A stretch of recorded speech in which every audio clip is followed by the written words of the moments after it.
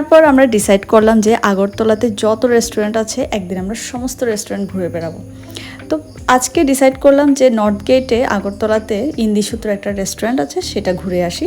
তো ওখানে গেলাম, ওটার অ্যাম্বিয়েন্স ভীষণ ভালো ছিল, সাথে খাবার দাবারও ভালো ছিল। তারপর ও মাকে বললো যে হ্যাঁ নাও মেনুটা নিয়ে সিলেক্ট করো কী কী খাবো, কিন্তু আমি ডিসাইডই করতে পারছিলাম না। তারপর আমি ওদেরকে দিয়ে দিলাম, ওরা সিলেক্ট করলো যে স্টার্টারে নিল চিকেনের একটা ডিশটার নাম ঠিক মনে নেই। তারপর নিল ফিশ ফ্রাইটা অসাধারণ ছিল।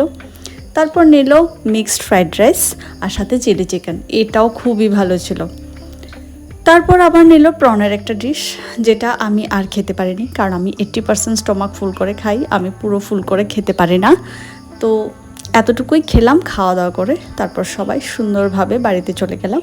তো আজকের জন্য এতটুকুই, দেখা হচ্ছে আবার নেক্সট ভিডিওতে। আর আমার চ্যানেলটিকে সাবস্ক্রাইব করে দিও, লাইক করে দিও, বাই।